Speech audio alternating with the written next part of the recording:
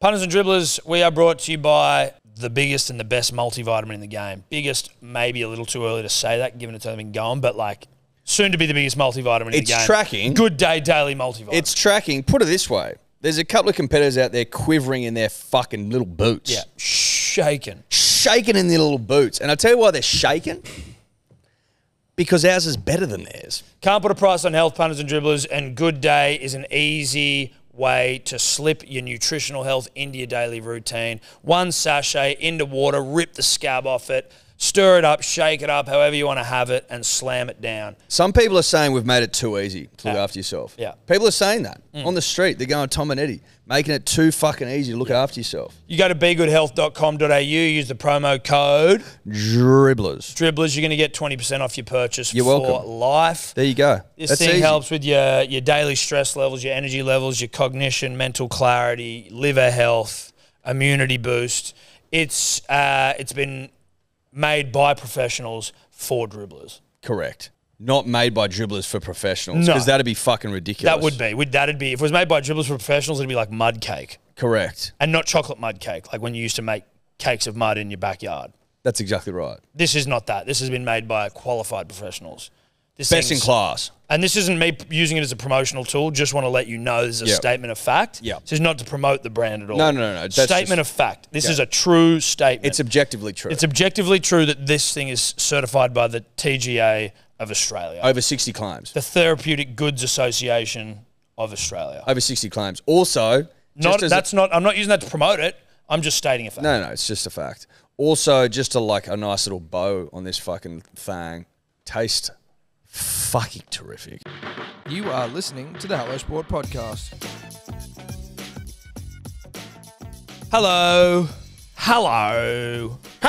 Welcome to Frank Walker National Tiles. Is that it? Yeah, Frank Walker National Tiles. Do you reckon he moves a bit of fucking tile, that bloke? I hear he's the largest tile provider in the Southern Hemisphere.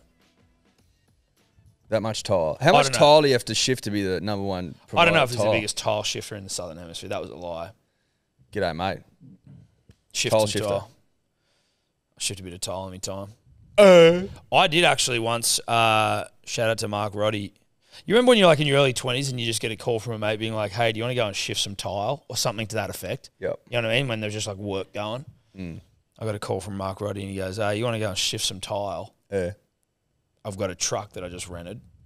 Big old fucking truck. Come pick me up from the house. Drove over the bridge. Jumped onto a roof of some old church. Shifted some tile. I had to fucking do a whole roof. Like this big fucking roof in like Turramurra in 40-degree heat. I remember when Sebo got me on the blower and he was looking for a bit of labouring work and sent him out to some apartment building. It was like 5 or 6 floors and they couldn't get a scissor lift or something in. They couldn't get a crane. I can't remember. And so it was like grunt work and they had to run up flooring maybe. And was it flooring? So 40-degree day, fire escape shaft, flooring over the shoulder, like full-on manual labour. Was it also labour. like, Sebo, where the flooring was really like thin, so the heaviness of it like digs into your fucking hands? Yeah. But long. And Sebo was out there with some young bucks, some blokes about 22, 23. One of them, a big boy, like strong, just young men. Sebo at the time, probably late 20s, not in the best physical condition. Never has been, with respect. Safe to say, didn't come back for more. Wasn't looking to double down. Did you come back for day 2, Sebo? Never. I think he messaged me being like, that was the longest, worst day of my life. Shout out to labourers. It's fucking tough going. Fucking oath it is. It's hard slog. It's fucking tough. There's a period where there's a part of it that I look back on fondly, but I almost feel like it's the same way they look back on lockdown fondly. Like when you're in it, it's not that great. Well, lockdown was all right at the start. It got pretty old pretty quick. Yeah. I think it'd be like looking back. I look back on school fondly. But I think that if you went back to school, it would be fucked. Well, now that you've got freedom on the mind, you know what I mean? But like... Imagine going back to school, what did we start, 8:30 till 3:30, then sport, then prep. obviously I'm explaining a boarding school life here, punters and dribblers, which is potentially a little bit more involved. I fucking loved boarding school. I think back to boarding school. Could you imagine doing prep every night for 2 hours? Fuck that! But you never did. You remember just living with the boys? I missed living with the boys. That was fucking awesome. But it wasn't as fun as living with the boys after school. No, it wasn't. But it wasn't. Because you couldn't sit out on the balcony and smoke cigarettes and drink bags of goon. Yeah. And then go to the pub and come back and eat mushrooms till 6 in the morning. Like, no, you couldn't do that. No, you couldn't do that in the boarding house. It is different. But at that time, you just get up to no good. Well, you're a bit of a scallywag. Yeah. Anyway. Don't know what we're talking about. I don't know what the fuck we're talking about. I don't know how we got here. I don't know how we got here. I don't know. Oh, Sebo. Sebo. Oh. Good on you, bruh. Shout out to Sebo. One of the greats. No, we're just shouting you out, mate. Just shouting you out. Can't couple of mates just shout out a mate. We're just shouting at him, mate. About even back. We're about even back. Well, it was be back last night when this comes out. I'm saying if you haven't watched it, you go watch it. Fucking the big old Roo joins the club. Big guru. One of the greats. I'm very pumped for the Roo because he brings a bit of balance to things. He fucking hit the ground running. Like, he didn't miss a beat starting the show. But I didn't expect him to. Neither did I, but he's got chutzpah. But he just started, like, better than you could have hoped. But he's all chutzpah. I know. Look, he is all chutzpah. He started well. He got his gifts. He fucking hung shit on us.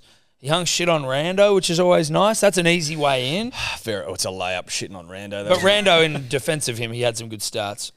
Rando came this year with stats that will make you wet or hard. Yeah, more depending on which sort of aisle you sit in. He's gone full time, Rando, so he's got more time to give to us. Yes. And we don't mean full time under the Shane Keith banner. He's gone full time content man. Which again, they give him a round of a fucking applause. You love to see it. Well done, Rando. Thank Everyone God. just slowly like jumping in. Yeah, it was jump the best in. Fucking thing ever when we did it. Yeah, jump in. I saw someone talking the other day where it's like you never forget the day you jump in. You know what I mean? I don't remember the day I jumped in. But the vibe of jumping in. Oh, yeah. You know, like when you're able to just quit your job and go all in on the thing you want to do. It's a fucking awesome feeling. It's still a bit anxious, though. It's still a bit of an anxious. Of course there's anxiety, dude. It's great, mixed with anxiety. You mean jumping in? Yeah. You fucking oath. Because it's the unknown, mate. But it's the funnest. It's fun. The funnest. But I'm having more fun now that the anxiety has passed. Yeah, somewhat. but see, when I jumped in, and maybe different for you, when I was jumping in, I was jumping from a puddle to like a puddle I wanted to be in. Yes. You just like the idea of the other puddle. And that's not to impugn the puddle I was in because it saved my life during COVID. We've been there, we've been over it. But like, there's something about not loving what you're doing or not feeling fulfilled and then being able to jump into a puddle of fulfillment. Are we essentially saying to the punter and the dribbler, listen, if you're not loving what you're doing and there's an opportunity to move puddles, you won't regret it. That's what it's about, having the opportunity to do it. I understand. I always find it sometimes annoying when people are like, "Oi, just fucking have a crack, dude." And you're like, "Yeah, but maybe I don't know what the fuck I want to do." And I can understand that because that's like, that feeling is real. Where you're like, I hate what I'm doing. I don't know what I want to do, but I fucking hate this. That's your 20s. Well, it's sure. It might be your 20s. It might be your 30s as well. It could be fucking any time. But I feel like if there's something that you're even slightly interested in and there's an opportunity, either you keep it, you try and get to work on it whilst you're doing the thing you hate, or if you can jump into another puddle, fucking jump. Anyway, this isn't the bloody motivational hour with Tom and Eddie. No, it's not. You're going to have to offer your mate, though. Like, you can't just... Putting mine down. No, you're about to put the lid back in. That's why you picked it up. Well, we'll check the tapes. We saw you picking up the lid. It's a Wednesday afternoon. We've had a grueling 3 days of work. It's been rather grueling. There's been grueling elements. There has been. And so... By our metrics, yeah. Yeah. Sure. Now we're just trying to unwind, take the edge off. While we're talking about Guru, and this was mentioned on About Even, the #1 betting show on planet Earth, out already on the Hello Sport YouTube channel. But Guru signing with Neds. Shout out to fucking Neds for getting their hands on rugby league talent in Roo. Because that's obviously what made it all possible. They've got an eye for talent, Neds. They do. You can't knock them for it. They eyeballed the stock. They went to the market and they bought the prize beast. And they're prepared to pay top dollar for a prize bull. Well, because they know what a prize bull can offer. Yep. Seed. Elite seed. Yeah. Ropes. You're buying progeny, you're buying pedigree, you're buying rope, you're buying seed, you're buying loads. Yep. And that's what you've got in Guru. All of the above. Yeah, exactly. Progeny, pedigree, ropes, loads. That's the guru promise. So fuck yeah, you pay top dollar. Because you're gonna get top results. Yeah, you are. Speaking of top results though of Guru, the punters and dribblers page, when you and I were together yesterday, I can't remember what the fuck we were doing. Filming content, mate. But Someone came across our desk, and it was from a wily fucking dribbler whose name I was going to go look up. But it was like Jaylene Ganane or some shit. Like there was a lot of Jaden, Waden. There was like Y. Is he of Ganane stock? I don't know if he's related to the great and powerful Dan Ganane, who we are going to be catching up with in Las Vegas. That's still happening? Fucking oath it is. Locked in? Yeah. The Thursday? Yeah. Good. I mean, as locked in as anything can be in that environment, right? There's so much shit locked in. Well, no, but Ganane's a man of honour. Well, he is, but he might, you never know what could pop up. He's a man of honour. Jaden Linane. You can forgive me. I was an L away. Anyway, the post goes, and so this is it's a screenshot from the 7-hour podcast, World Record Podcast Extravaganza. Well, critically acclaimed. Anyone else extremely impressed, but still maybe in the charts, actually.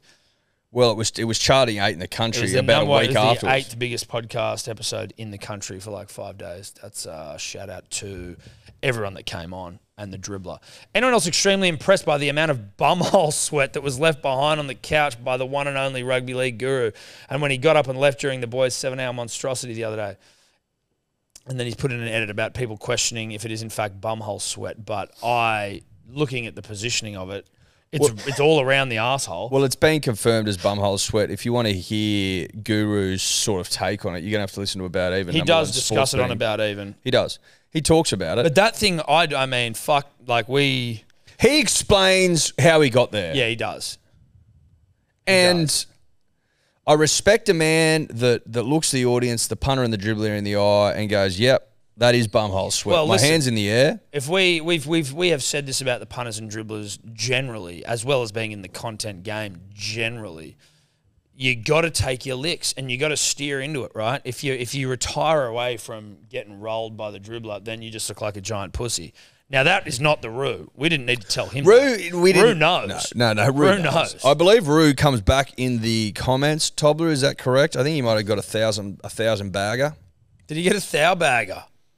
He definitely comes back. There we are. Oh, there we go. This took longer than I thought it would take to get a bait on this page. Could feel the sweat dripping down my back during the show. It was a tough carry. Guilty as charged. That got more likes than the fucking post. On the thou bagger, which is like a 10 extra if you're buying and selling stocks. That's 1,000 likes for you that don't know what we're talking about. How often does that happen, Tobler, if you were to vibe it? Like, do you get something for that? The 1,000 comment or the one that it does No, better than if you the get post? 1,000 likes for something, do you get something? Like as in, should you get something? Yeah. You get a shitload of points on the dribbler rating. You get points in the ratings on the page, but are you saying we should give something to someone? Like, do you get a hat if you get 1,000? I don't know about that because as the page grows, a thou bag are becoming But that's less why rare. that's why I asked how rare is it? A not thou as bag rare. of comment is pretty rare these days. Yeah. We've been seeing an increase in 1,000 posts. Oh, we have. Like with Tom's photo the other day, that reached almost 3. That was wild. but that 1,000 shit's in rare. a comment. That's a rare post as That's well. rare you're right. post. Exactly. So But so's 1,000 in a bumhole comment. sweat from the Roo, right? I'm actually shocked the post didn't get But 1,000. that's what I'm saying. So, like, if 1,000 likes is the benchmark, I'm just, I'm in a mood to potentially give back to people that are putting great content. in Yeah, the group. well, I mean, listen, can we go to Because, let's be honest, if you're talking about the rankings, who the fuck is beating Scotty Bellotti? Let's see no where the one. rankings are at. Scotty, has he been quiet of late? And I don't want to. No. Scotty's got a free pass here. He's a Baggy Green member, right? But I'm just interested to know. I said to where him at the Baggy Green lunch, I'm like, don't feel the pressure to be posting every day. No, you shouldn't say that to him. Just let him make that decision. You know what he said? I want to because I love it. There you go. That's a man. That's a man. That's a man right there. Sorry, still looking. He had a post last week, I think. A dribbler plus I have absolutely no idea. Go back up. So below the right. collage. Up. Banned. No, there's a few banned in there. They used to keep it up. Tell you what, we got to start like a side channel for why people are banned. Because sometimes we get DMs like, why am I banned? I'm like, I don't know. What'd you say? They're like, I didn't say anything. I'm like, well, I don't fucking know why you got banned. Listen, It's hard to know. Tobble, you come back to it. What? Jeez, I missed you, Dave. Jeez, you're pouring shit all over yourself there.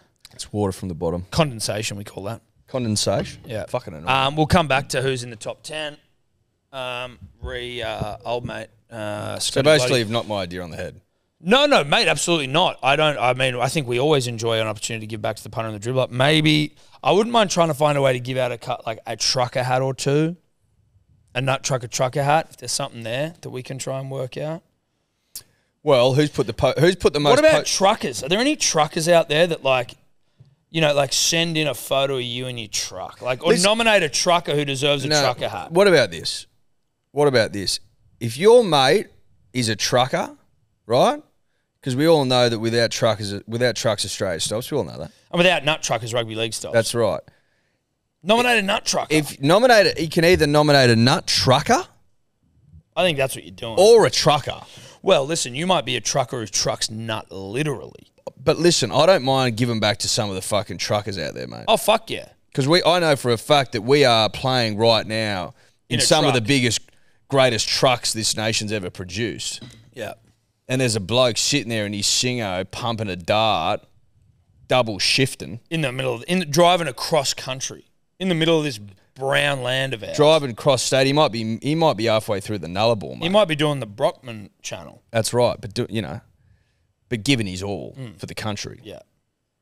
Are you telling me that bloke or Sheila doesn't deserve a Hello Sport nut trucker Fucking oath they do. Nominate a nut trucker, nominate a trucker. And we'll send some out. Yeah. Just out of the goodness of our rugby league hearts. Yeah. Punters and Dribbles, the podcast this week. Sorry, I said that weirdly, but it is brought to you by our good friends at Ned's. Yes, sir. That's the betting platform of choice over here at Hello Sport, and we love them to death. Now, I've got to say this, Eddie, rugby league back. It's on our doorstep. It's tickling the sack, as it were. And I kicked things off on the weekend with some really nice same-game multis. I'm proud of you, buddy. I'm proud of you. If you were following me profile, if you were following along in the group, you would have seen it and you had an opportunity to do it. You just would have seen what I was doing. It's same-game multi-season. Yeah. It's time to get out there, put on your belt buckle, put on your jeans, put on the big hat, okay, the Spurs, and go and try to wrangle a couple of boys. That's basically what I did. And I don't want to, this isn't like bragging season. I'm just letting you know. Because on profiles, on Neds, or in the group, about even on Neds, we share all of our bets. So There's if you just want to see what we're up to. There's accountability. It's accountability there. You want to see what we're up to, you would have seen that I went Semi Valame, Reece Walsh, and Cobbo anytime. You would have seen that I was on Herbie first try scorer. You would have seen the Rabbitohs paying $2 and I got on. You would have seen all of these things. In the profiles, in the group, only at Neds. Yeah. Is that what you're saying? That's what I'm saying. Come and join us. What's gambling really costing you? For free and confidential support, call the number on screen or visit the website. I wanted to just point out while we were talking Vegas, I don't know if we were talking Vegas, but I just assume we were because we're going to Vegas. I don't know if you remember. I'm trying to get comfy. Sorry, man. That's okay. You playing with your balls or are you just moving around? I just moved around. I wasn't playing with your balls, no. Because you were playing with your balls a lot last episode. Yeah, I was, yeah. That's fine, though. I think, normalise fixing up your nuts. Hey, listen. We've all got, well, not all of us. If my nuts are stuck to my leg and it's annoying me, if my nuts are like in me bumhole, I'm gonna rearrange. Sometimes you get your undie line will just like slice a ball. I don't mean slice literally, but like it might be dividing a nut, and so you got to move it. Your boys need to be comfortable. I tell you how I know that. Because you've got balls. Because I've got balls, but also this is how comfortable nuts like to be. They go, you know what? I'm not going to sit inside the body. I want to hang in a specially designed sack. Lounge. And hang outside the body. And if it's hot, I want to sink lower. And if it's cold, I want to come up. Can you Google this? It would shock me if we haven't already spoken. It wouldn't shock me if we've already spoken this. Testicles apparently don't stop moving. Perpetual motion. Like up, down. Just. Why? Don't know, dude. Fucking is it as in places to be. As in if you were still dead still, they'd be moving. Like around. if you sat there and just had your balls in your hand and looked at them, they'd be. So they move on their own because they're temperature sensitive. So like in winter, they're like a Roomba. I'm more than aware that they're temperature sensitive. They've got to be like 2 degrees below body temp. but they're always moving. You would have thought that they'd probably pick a spot and stick to it for 20 minutes. Yeah, maybe. Find somewhere, like find a nice rock. Yeah, so a man's body will be constantly monitoring and moving the testicles within the scrotum to make sure they're staying at the perfect temp. Right, but if we find a good temp, like that's if we what I'm find saying. a good temp Why would you leave a great temperature? Yeah, that's what I want to know. Like if you go and lay down in a park, you find a nice bit of sun. If you find a great seat at a pub, you don't just keep moving around looking for great seats. You go, this is us, boy. Maybe if your legs are closer together as you're walking or something, they're just always on the move and ready. Listen, dude, whatever my balls need to do to keep fucking the lights on. We're just trying to unpack this thing. I'm just saying, I don't want him to think I'm like if I sit like this, right? Why don't you stick your hand in your pants, grab your balls, and tell me if they're moving? And I just don't. You want me to do that? Is that a bit uncouth? But put a blur over his balls. Put a blur over him right now. There you go. Is he blurred up? Yeah, you're blurred. They moved as soon as they went into my hand. Because they're like change of environment. But now, I don't know if they're moving now. Oh, nah, they're on the move. Blur me up. Blur me up, Tom. No, they're still on the move, the boys.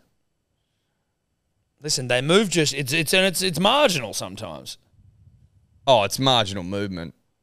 Like they're not fucking darting around the place. No, they're not darting around. Listen, I think that might be a bit overblown. They're on the move, certainly, but I think that they're pretty happy to find a happy... If they Maybe find they're a like space sloths, they like. though. Sloths move, but they move at a snail's pace.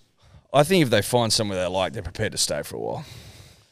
You can unblur us as well. Now, I don't remember what we were talking about before. Liam Brennan, Vegas odds. He did some Ned's Vegas odds as to what he thinks will happen in Vegas. Read them out to me, mate. Some Hello Sport novelty markets. Now, these aren't actually on Ned's, sadly. So he's got Neil So at $501 to earn a baggy green. He is going to be in Vegas. Apparently, he might be on our flight. Potentially. And I hope to Christ he's saddled up to one Tommy Tobler over there, squishing him into his seat. But there's a world where he does earn a baggy green over there. Mate. That's value. I don't think he will, but like 501. No, but listen, we'll be in the same city, which is a tick. He may do something so bold, so beautiful that he earns one. Who knows what he's 500 to 1 is... I reckon that's value. I'd pound that if it was actually a market. Hello Sport to be invited to Manly events, 101. I reckon I'd switch those. I'd switch those. I think we're no fucking chance. I don't know if we've already been over that. I don't know if we're on the nose, but it's fine.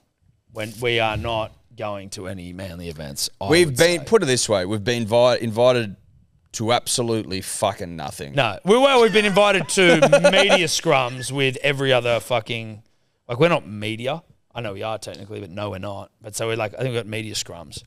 But was that just opened up by our NRL media accreditation? Well, we had direct communication with the club, but it's like, come to this thing that everyone else is coming to. I'm not complaining. I just am talking about whether we would be able to go to dinner with Hugh Jackman and the boys. Are you saying in a way, Tom, that we haven't been made to feel special? I don't have to be made to feel special, but fuck it'd feel nice. To feel special. I brought it up with him. I go, fuck, mate. Couldn't get to the bloody dinner with Jacko. And obviously the man that we were dealing with, who's a good fella, has absolutely nothing to do with whether we're invited or not. And he just sort of laughed along. He's like, yeah, I know. So, like, deaf ears. Our cries, our pleas have fallen on deaf ears. And continue to. That's fine. That's fine. We won't be getting invited. 101, though, that's short. Hugh Jackman podcast guest, $21. I think it's probably a little bit longer than that, but... $21, I tell you what, they believe in us. They believe in us. There's a part of me that feels like, I mean, if we can find a way, if Tobler has a mic on him at all times, we see fucking Jacko. Which he will, or he's sacked. Yeah, we go Jacko. Huge Manly fans. If we run into Hugh Jackman, I reckon we can make it happen. Yeah. But it's about getting into the same vicinity as the great man. Which may be possible. But it's got to be close. Reach out and touch his stuff. Yeah, and like you can't sight him on the horizon. No. I'm not going to run. I'm not running after him. Tobler will. Yeah. Tobler will run after him. Tobler will run after. I'll bring my runners. Yeah, you might need to fucking. Did you ever reach out to Mitch Stark again? No, I haven't. I hit him up a couple of 3 or 4 times, and that was too many. Now I'm Did you giving him the from silent our account treatment as well? Huh? You hit them up from our account? Yeah. But then is that like the 2 or 3 times from our account? Potentially. Yeah, I did. Because it was just following up on the same conversation. I thought you were doing it from your personal, so I'm not happy about that. That's tough. You've made us look bad. You've made us look silly. Well, no, he gave us his word. And then gave Need me to the fight silent carrot treatment. cake 5'10". It's not happening. I don't fight cakes. I eat them. And I ain't fucking... and I ain't eating that shit. Tobler to re-dye his hair 210. Maybe we do get him to dye his hair in Vegas. In Vegas? That's a bit too much admin. No, it's not really. Dye what colour? Orange. Yeah. Nah. Or maroon for the Seagulls. Oh. I like that. Maybe. What if we get him a maroon mohawk? And then the blonde is sort of white. I like it. Shave it, maroon mohawk. Do you think you'll be able to do that in Vegas? You don't think we'll be able to get you to a hairdresser? I reckon we can. Well, maybe while we're at U2. You keep asking if you're coming. I asked once because I wasn't 100% Well, sure. am I coming to U2? Like, yes. Well, what do you think?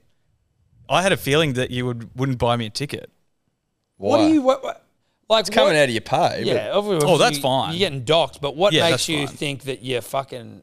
your work dads wouldn't have bloody brought you It just along? depends if you unlock the handcuff from the desk. Well, that's true. You know what? It hotel. depends on whether you've If got you lose your the work, key, I'm depends on whether fucked. you've got your work done. It'll be output dependent. If you get over there and start slacking, And you're like, oh, fuck, I'm running behind. Oh, I can't get this video done. Well, trust me, I'll find someone. I'll get Ruben Garrick on the blower. And Can I bring my well, I saw laptop Connor to Watson the the other day looking glorious. He can come. Yeah, it's true. To make us look hotter. There, but he's Ruben, Manly player. True. I love Connor, but like Ruben, Manly player. Is Connor going to play the game for the Roosters? Who knows? Maybe we find like one of the 5 from each team that isn't playing. Is Brad Parker going? I don't know, because he's named in the side that's playing this weekend. What day is Manly playing? Saturday. Saturday. He got some time. Shout out to KO. All games live and ad free. Eddie to talk over the top of everyone $1.80, and that's short. Like that's probably it's guaranteed. Listen, if you've got $100,000, put it on Put it on. because you're gonna make $80,000. Yeah, listen. I think if you can prove to a bank that you're good for it, I'd take a loan out. Put $100,000 on that. Get every penny you can get Hit up your mum, your dad, your misso. and pound that until the market closes Yeah. because there will be liquidity issues. You'd imagine. Just because of the weight of the money coming at that. That's a no-brainer. I'll have a look at that too. And then last but not least, Tom to miss games due to illness. Not anymore. That just doesn't happen anymore. Well, not anymore. And thanks to our good friends at Good Day. Yeah, our good friends at Good Day Daily Multivitamins. That just doesn't happen. It just doesn't. Because why? It's a multivitamin that boosts your immunity to elite levels. Yep. Elite levels. Right here. You might be watching the YouTubes. Feel it in your hand. Look at that. Look at that. Look at that. Comes in a box. Tick. 30 ready to go sachets. So even if you don't have an opportunity to mix it at home, whack a sachet in the pocket. Whack it in the pocket. Whack it in your bloody tote bag, whatever you got. Tote bag is mainly for our friend over there, Cody. I'm sure he's a tote bag guy. He's an Erskineville guy. He's an He's Erskineville all tote tote. bag guy. We He's actually all might tote. start a line of Cody totes. Cody Totes. Look at that. Good day sachet. You pound that into a fucking glass of water, a bottle of water, shake that shit up. You don't get sick. Now, I can't make that as an absolute rugby league promise. I feel like that'd be... But you haven't been sick since you started But taking I haven't it. been sick That's since just a I started fact. taking it, And neither so, have I. nah. And neither is Tobler. Listen, proof's in the pudding, punters and dribblers. Make smart decisions. Start looking after yourselves. That's an order. Back to Vegas. Yeah. We are going on Monday. We are talking about it a lot. We are excited. Yeah. We have got a lot of content lined up. We have got a lot of fun things lined up. Tom and I are excited to take our son overseas for the first time. Is that correct? It is. Pretty exciting. Yeah. Guru's joining us. Yep.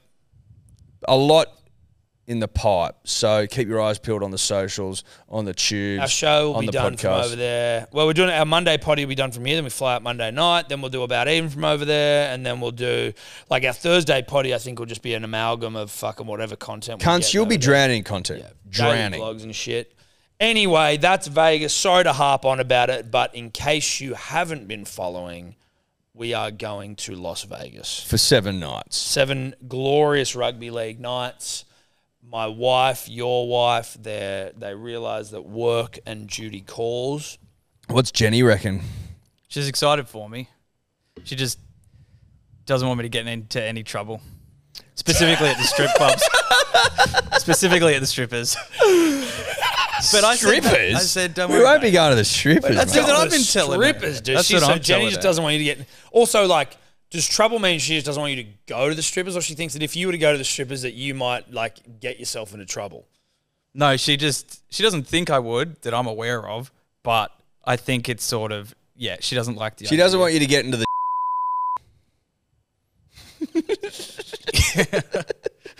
Beat that. Just beat that. Just beat that. But yes.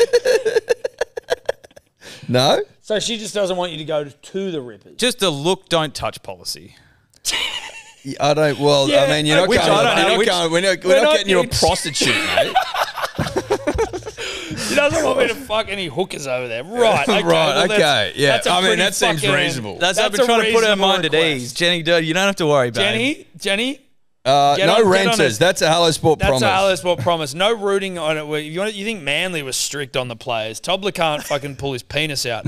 We're making him wear nappies over there. He's going to be working so hard. So don't you worry about a thing. We will allow him to take his penis out for showers, though.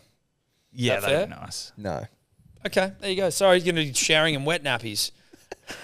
Or if we just don't let him shower?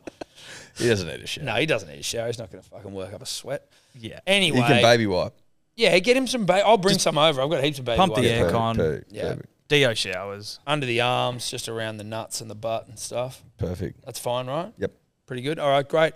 Now, this is a funny yarn, but it's also like, it's not grubby yarn, but it's like media beat-up yarn.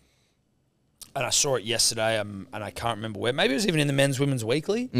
But a video surfaced on Instagram of a friend of the show, Jerome Luai, at a wedding throwing up into a jug. Jerome and the wedding. I know, right? Jerome and the wedding. Now, I need context. I'm imagining Tom, he's sitting at a table, wedding table, he's a guest. Is he front and center? This Is this on the slide? They didn't have the video in the article. It was just a photo, a still, but apparently it was shared by a friend of his. And he's gone the big boot? And he's booting into a jug, it looks like, and his friend's sort of taking the piss Does out he of fill it up? Well, the thing is, it's not a video, Ed, so I don't know. But he's vomited into a jug. But is the photo taken post or pre or during the It's vomit? not, he's, like, as Tobler brings it up, if he ever finds it or how to find the top 10 on Facebook. Facebook's changed the rules, by the way. They only give you the last 28 days. So that was zucked, that list. So top 10's gone. Top 10, like all-time group contributors, is gone. Lucky Scotty was head and shoulders. Yeah, lucky it wasn't close. But it was Why like, do they change things at Facebook? Why can't things just remain as they are? We enjoyed it. Yeah. We were having a good time. What's the point of taking that away? Because now Tobler's got to do complex maths to work out who the number one contributor is. Well, I tell you what it probably is. It's probably someone, and I'm just telling you how I think it went. Someone in Meta sitting there justifying their role, going, I've got to do something. I can't sit here. I'm in charge of Facebook group rankings. That's my job. And to justify my position, to justify my salary, I need to keep changing this fucking thing. Can I, and this is off topic, punters and dribblers, sports show, we will get to some. When you want to talk about justifying your job, I've got to mute this TV here. Justifying your role. I was driving up Oxford Street on Friday night. My wife and I celebrated our 3-year anniversary, which was Congratulations. actually Monday, and we both forgot about it. Congratulations. Thank you. But on Friday... You didn't really because you went out on the Friday night. Yeah, but on the day that it was, she literally sent me a message at fucking like 4 o'clock in the hour going, lol, happy anniversary. I was like, ugh. Anyway, Oxford Street now, Sydney, very Sydney-centric thing here. I apologise. I just need to talk to Eddie about this. So if you want to just like tune out for a second, you can. I just have a chat with me, mate.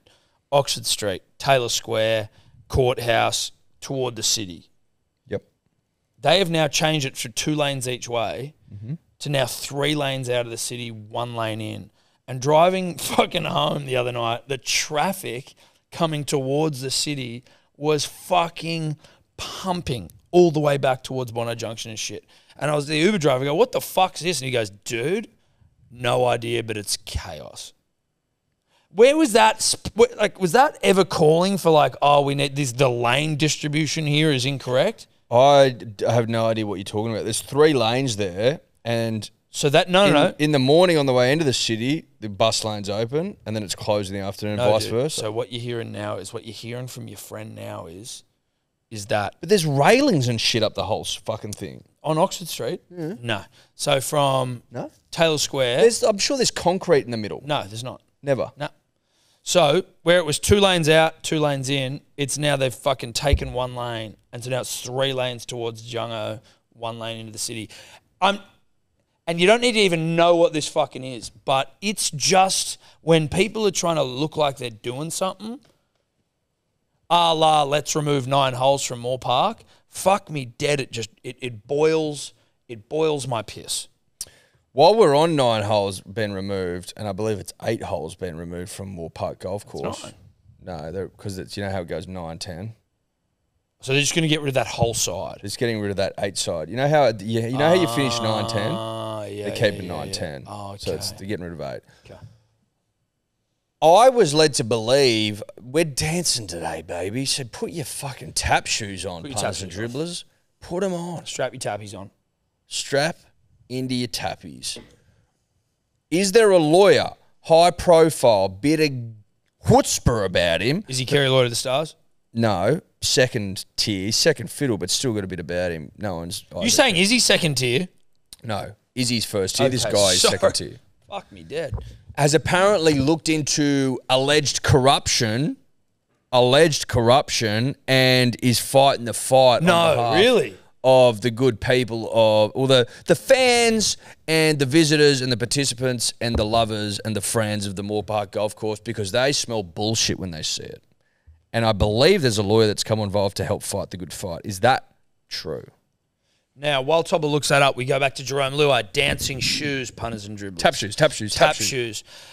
And again, like, I wonder, like, the intelligence level of friends of Jerome Luai who take a video of him at a wedding booting into a jug, allegedly, what it looks like, and putting that on Instagram. You need some assistance, pal? Ambulance check at Jerome Luai. Now, the article I read was like they're friends, they follow each other on Instagram, blah, blah, blah. But you're like, who the fuck does, like, at what point do you not realize if you're mates with Jerome Luai, like, maybe, like, look after him? Like, as in, don't put that on Instagram.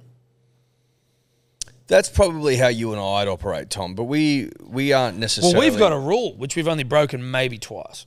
Maybe twice. Definitely once with you and Scope.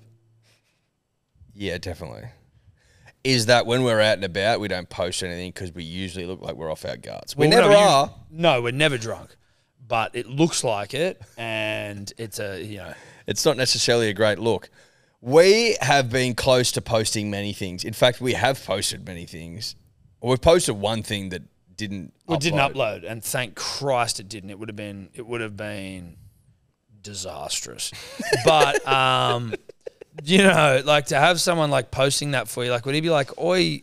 My point is... Mark Brzezinski. Like, different friends behaved in different ways. Yeah, but you need to fucking be a little bit smarter about that. Luai, he's had a rugby league skinful and he's booting into a fucking beer jug. And I always like with these articles, the one I read in the men's... He's filled, geez, have to be at least a third. Yeah, it's about a third, I'd say. And that would be mid-boot.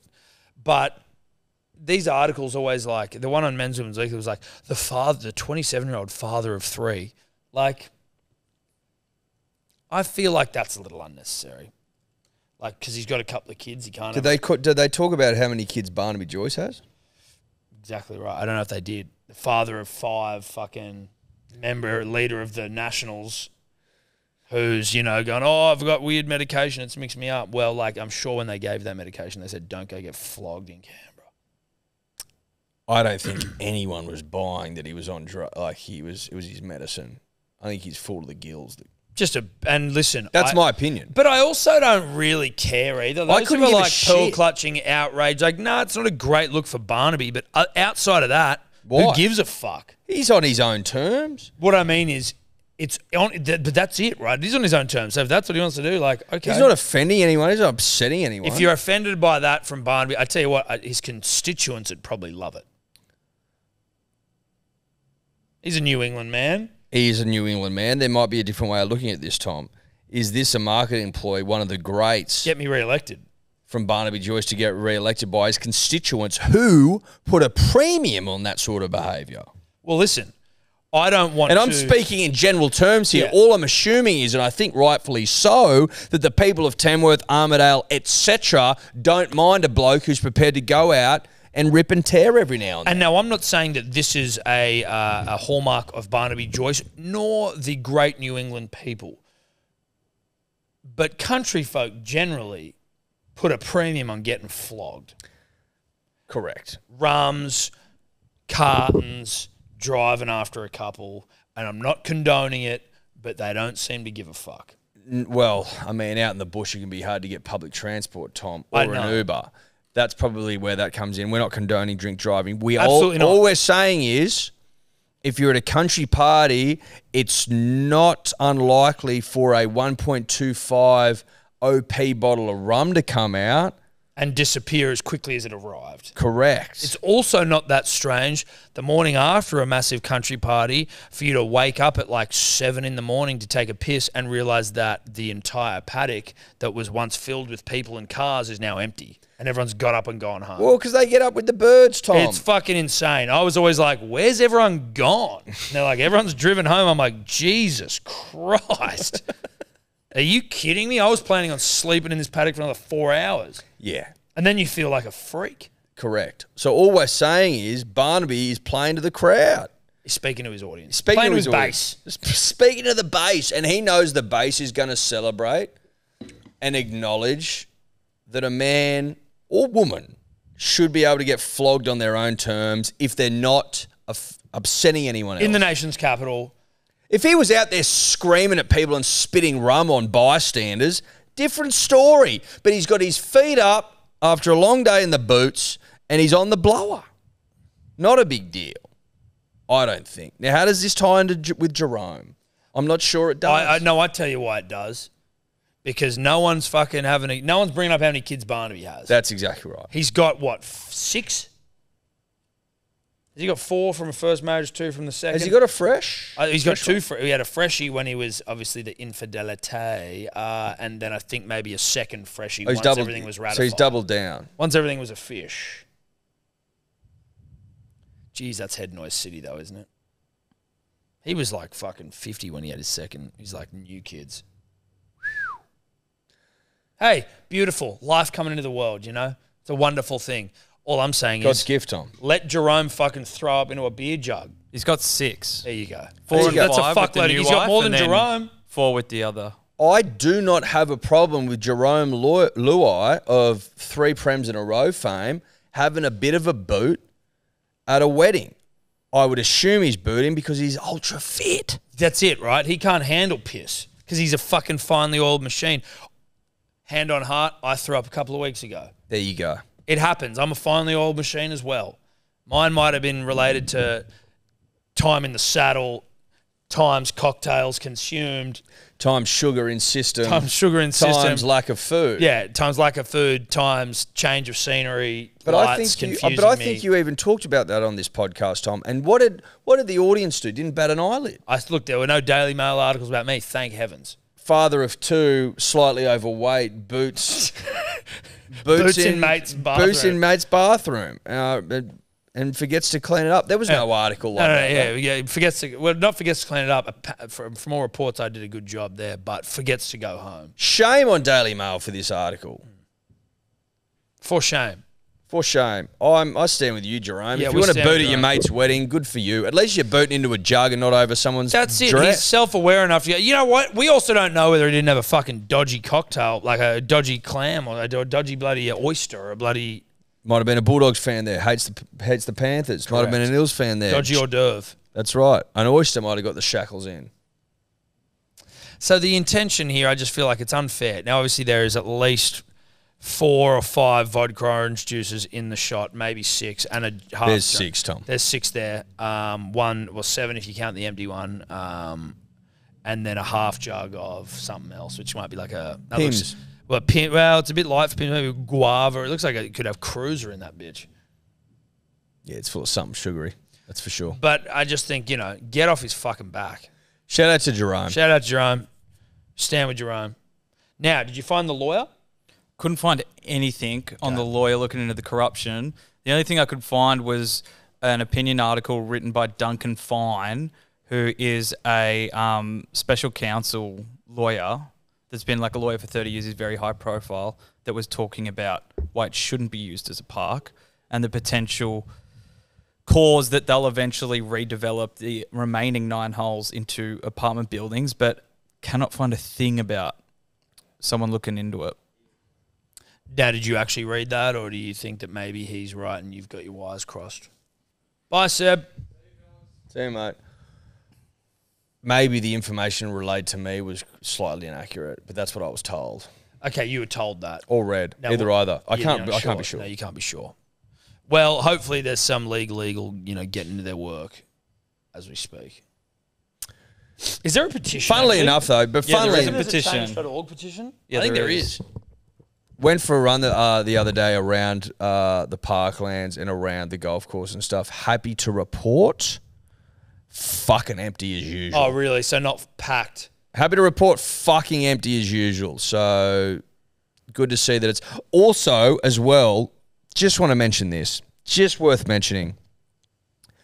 It was great that in the run, Tom. So I basically went around the part of the golf course that has been earmarked for parkland. It is a 3-minute walk, probably, to Centennial Park from there. Probably 3 minutes. And as we've said time and time and time and time and time again, that park is fucking empty.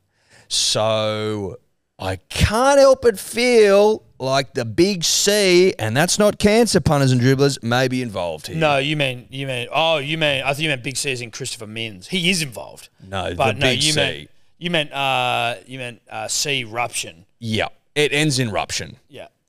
Can't help but feel like the big C ending in ruption is involved here. It is, and that's allegedly so close to Centennial Park, this place. I'd forgotten how fucking close it is. Mate, what is it? And that place is empty. Do you reckon it's a fucking 54 degree from do you reckon you could hit a 54? What is it? Mate, is it if you 7 iron? If you or shoulders all brawn got onto one, ripped a fucking driver, you'd be there or thereabouts. I could drive the ball 3 minutes. Easy. A 3-minute walk. Easy. If I got onto it. Easy. We know I can get onto it sometime. Easy. Shocked me how fucking close it is. Shocked me to my core. Shocked me to my core. So I refuse to believe it's anything other than the big C. Allegedly. It's my belief. It's a belief. It's what I believe. Allegedly. Listen, just covering bases, dude. Sure. Consider my bases covered. Just a quick one to you, Eddie. And I don't want people to get the wrong impression here that all we do is head to smack tequila. But is there any more tequila here? There is. Okay. We were gifted some of the Baggy Ring along lunch. I will go and get some with some fresh ice. Punters and dribblers, if you want to support a cause that has become close to our hearts, realistically. Yeah, no, it has. Change.org, retain Moore Park Golf Course as a championship 18-hole course to be enjoyed by everyone. I don't want to see something that's now used handed over for disuse. For disuse. I don't want to see it. And the proof is in the pudding. If you walk in parts of the Centennial Park that aren't on the main circuit where people ride or run, it's fucking empty. And if you don't believe me, go and look yourself. Yeah. And all the surrounding parks there. We've been over this. It's fucking ridiculous. They got 16,670 signatures. Their next Not goal. enough. We need more. Next goal, 25,000. Sign this fucking petition. Well, you know what? We got a fucking link tree. Let's put the link in our bio. If you want to go and sign it, it's going to be in there to make it very easy for you motherfuckers. Fuck these dogs. Fuck them! Now, Eddie. Yeah, bro. I know that like we've been talking probably for like a little while now on this podcast, but I'd like to officially start the podcast now. Yep. With a hearty congratulations for our close personal friend, grandson of God, son of Christ, Saint PVL, baggy green member, and did I mention close personal friend, who has just re-signed on as ARLC chairman, ARL commission chairman, whatever you want to. Chairman of the commission for 3 more rugby league years. Is a rugby league year, does that mirror the conventional? Yes, it does. Astronomical? Well, yes, it does. Okay. The Judeo-Christian calendar. Well, just I mean, just grandson of God, son of Christ. Well, in terms of laps around the sun. Yep, it does. So 3 laps. Rugby league years. Now he's just signed up for 3 more. He did say in an article. Now I don't know. I know Pete very well, right? So I can tell when he's being cheeky and when he's being serious. And I don't know if he's being cheeky here or if he's being serious. But he did say. You know the difference. So is he being cheeky? Well, I don't know because it was in the written word. It's hard to tell intention. You know what I mean? Sarcasm. But he did say he may not see out the 3 years. He signed for 3 years, may not see out the 3 years as ARL Commission Chairman. But firstly, congratulations and a hearty one at that. Well done. The second thing, Eddie, and Todd will need to get the article up because I didn't read it. But Great. Well, no, I didn't want to read it. I wanted to be. You wanted it fresh. I wanted it fresh. But apparently, we are now the #1 game in the country as rugby league posts the greatest financial year in the game's 116-year history. So from a profit perspective? A surplus perspective. Yeah. From a profit perspective. So 700 million revenue. But also had their biggest year in profit. Biggest year prof, biggest year rev. Right. That's great. And credit to the administrators, credit to the executive board. Yeah, the C-suite. The C-suite, Tom, that we like to refer to them as. Credit to the fans, credit to the players, credit Clubs. to the volunteers. The volunteers, mate. They're the heart and soul. Heart and soul. Credit to everyone involved with the game, everyone who loves the game, for spitting out elite numbers, 700 million revenue last year. Now, I have a question. What have we bested the AFL in? Is it revenue or prof? Not the same thing. We've definitely beat them in most watched viewership. Take it. Take that. Yeah, you do. Take that. Take that. Did you see the headline, NRL now #1 sport in the country? That's got to be off viewers, right? It's not off attendance. Well, it can't be off I think we can attendance. just we happily concede. We can acknowledge that it's not off attendance, but we also acknowledge that one game is better to watch on TV, so it's easier to not attend. AFL only been to 1 game, Swans record win. It was a good watch. It was. We were in good company. We were. Shout out to Scully. His team sucks. And Dan. Australian representative Dan. Australian representative. He made the Australian fucking fistball team. Get fucked. Didn't I tell you that? No, you didn't. Maybe you were away. You did not tell me that. So Scully and Dan, shout out to Scully and Dan. Back chat. They're a phenomenal podcast and podcast friends. They entered a fistball team. Like they created a West Australian fistball team. Right? Yeah, I remember. The Western Fisters. Yep. They then entered the national champs, and then from that, the Australian fistball team was selected. Scully was telling us Dan wasn't even in the starting side for the Western Fisters. They had some guy who was like a defensive player who was like doing well, and he didn't fucking rise to the occasion. I'm paraphrasing here. I'm sure he used more generous terms about the guy that didn't turn up for his state. So he brings on fucking Lil Dan Const, who just is all mongrel, all calves and mongrel. And carves them up. Calves and mongrel, and he carves them up. He gets picked for the Australian side. And when's he representing the nation? He represented him in fucking New Zealand the other day. He went? Yeah, dude. Did we get the chocks? I didn't ask him, actually. I was DMing him the other day. That is extraordinary stuff. Shout out to Dan. That's unbelievable. Tobler, have you got any more information on why What rugby the league's the fuck? greatest game of all? He's deleted all of his Instagram posts. I don't know why that is, Dan, but that's fucking weird. But if you go to look at this, that's him playing for Australia. New Zealand men. Oh my God. He's in all the kit too. He's a fucking representing the nation. Love it. Absolutely love it. Now, I don't know exactly what the fuck fistball is, but I will say this. Scoey, premiership winner with the West Coast Eagles, Wasn't selected. was not selected for Australia.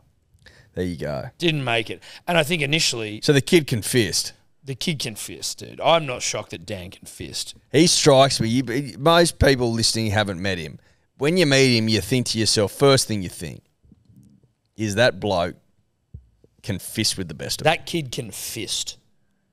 Now, we've met a couple of fisters in our time, Couple. but not heaps. And he's a fister, that kid. None as close as this one. He's a fister, that kid. None as quality as Dan Const, Mr. Fister. Now, Tobler, what do you got? It's hard to find the comparison with the AFL numbers. So why are we number one, though? There must be a reason, or have they just written that? You on the Daily Telegraph website? Yeah. Like we've got a massive operating surplus of 58.2 mil. The revenue was $107 million improvement, 18% increase on the previous year. Built net assets worth up to Have they got 260 AFL's revenues there? They don't. So I'm Right. looking into the AFL one now. Breaking news. It'd be hard to go past the AFL with an extra fucking game around. Breaking news. Yep. Danica Mason and Liam Knight narrowly avoid a fender bender en route to Sydney Airport early Wednesday. A fender bender? They just almost had a car crash. This is Men's Women's Weekly here. I just felt like I had to mention it. As I looked for PVL, confidential spies report Mason was being driven by her footballer Flame for her flight to Las Vegas for the NRL's historic season opener. We will be there. I don't know if we mentioned that. I'm not going to read the next bit because they're just trying to link two stories. Liam's car was clipped, though, says an onlooker. They are talking about Jake Duke for some reason, though. I'm just going to leave that out. Just going to leave that out. But it is good to know that that seems to me like an article where they've gone, there's some fucking spicy journo yarns around at the moment. Let's just talk about how Liam Knight almost got in a car crash, but he didn't. But how about everything that's going on? Let's run with an article where Liam Knight almost gets in a car accident. Yeah. But doesn't. With new flame Danica Mason. Shout out and wish them all the best. Oh, absolutely. I'm a huge fan of Danica Mason. Liam Knight, a friend of the show. He is a friend. I've never met Danica personally, but she seems like a lovely woman. And an incredible professional. Great at her job. Elite. Now, tying that into other stories that involve rugby league media personalities, I think is a little uncouth. It's a little bit opportunistic. I think it's very opportunistic. Not that I know of any other stories going around, just saying it seems. But if you were to. If there were any other yarns going around, that seems like an opportunistic way to sort of mesh them together. I haven't seen them, though. There's any big yarns. Don't.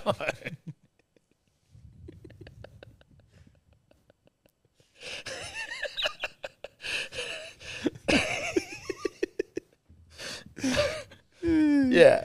You know what I mean? Yeah. If there are any huge, juicy yarns going around.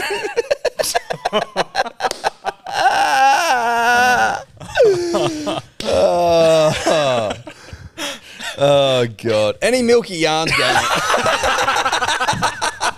on? Anyway. You wouldn't, yeah. That's uncouth. That's fucking inappropriate, dude. That's not on. Anyway, good to hear. Happy to hear Liam did not get an offender bender. Let's go back to the original PVL. I just like that St. Peter V'landys, son of Christ, grandson of God, has come in, taken the sport from, just moments away from bankruptcy and turned it into the behemoth it is today. You can say whatever the fuck you want about St. Peter V'landys, but you can't argue with the numbers, with the figures, with what he's delivered. You can't. You can sit there and whinge and whine and go, well, he's not my cup of tea. Sure. If you don't enjoy a nice ice-cold Pepsi Max over some mud crab and some lobby, that's your own issue. Okay? Yeah. But you can't argue with what the man's done for the game because he's fucking delivered. And it's as simple as that. If you're morally opposed to fucking housing mud crab and Pepsi, like if that rubs you the wrong way, yeah. If that grinds your gears, then PVL's not the man for you. If he's not your cup of tea, mate. Okay. If you're offended by a fucking slick, smooth operator in oversized suits, guzzling down Pepsi Max while he slurps down fucking a dozen of Sydney Rock's finest, if that offends you, bruh, then not the man for you. We can't help you. We can't help you. But even if you are offended by a man in oversized suits with a bit of swagger that knows everyone, one of the great networkers all time that doesn't mind 3 or 4 Pepsi Maxes sitting with some fucking mud crab, with some lobster, and with some of the best oysters you can find in this nation, if that guy offends you, sure. But you can't argue with that guy's numbers. No. Now, he wants to turn the game into a billion-dollar empire. So he says that they're going to buy up even more hotels as part of his NRL monopoly master plan. Can I tell you something, Tom? When I saw that they'd bought the seafood restaurant on Caxton Street, my original thought was, geez, that's interesting. A mud crab connoisseur buying a seafood? Is this for personal use? Is this a man filling his own boot, so to speak? With mud crab outlets? But then you start thinking about it, and then you start thinking, does St Peter V'landys have a little bit of Justin Hems about him? Is there potentially a world where St Peter V'landys is buying up hotels for the punter? And the dribbler. Obviously, Justin Hems sort of Bazaar. His venues, you could argue, in some instances, a little trendy, a little skewed towards women. That's just my initial vibe, right? A lot of his venues don't have pokies machines. They don't have a TAB. They don't have a snooker or pool table. Pick your poison. They don't have dartboards. That's generally speaking. I don't think I've been to a Hems restaurant that has that. Venue rather. They have pool tables at the Royale. No, all these things. No, all these and things. a tab. All these things. But all these things, generally speaking, some venues do, most venues don't. Yep. If St Peter V'landys can turn himself into Justin Hems, but for the punter and the dribbler, Australiana sort of shit. Australiana sort of stuff, bring back the fucking bolo sort of stuff. Let me smoke indoors sort of energy. Correct. Oh, you've got a stogie you want to light up over a game of pool? Light that bitch, baby. There's no rules in here. Why can't they have a smoking room? Like a room where people just agree. We go, listen, we all agree to the rules of engagement here where you are, if you want to light a cigar, you want to smoke a dart, roll up a fatty, you can come in here and you can live your rugby league lives. Correct. Oh, you want to remove asbestos? Sign this form. Yeah.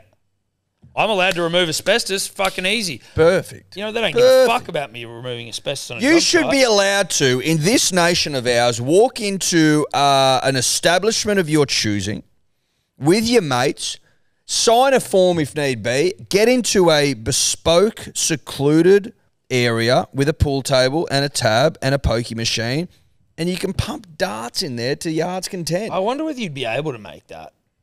And anyone who wants to do it, they just have to sign you just get a fucking QR code.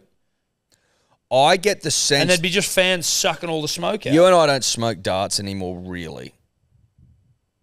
Although... No, we don't. I did slip into that old pair Although of they've jeans. been winking at us lately. Well, listen, I found that pair of jeans in my drawer on the weekend for the first time in a long time. I don't condone smoking, but I did, in a weaker moment, enjoy 3 on the weekend. And I just need to say this.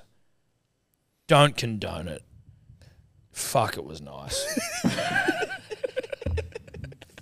Listen, they've been winking at us occasionally. That's all we'll say. Blowing me kisses across the bar. That's right. I'm of the belief, not the belief. I'm under the impression, Tom, that if you were to enjoy a dart now, not only can you not do it in a smoking area, but you're basically kicked down the fucking street. And if you're in the wrong suburb, you can't even smoke on the street. Basically implying that you can't do it anywhere.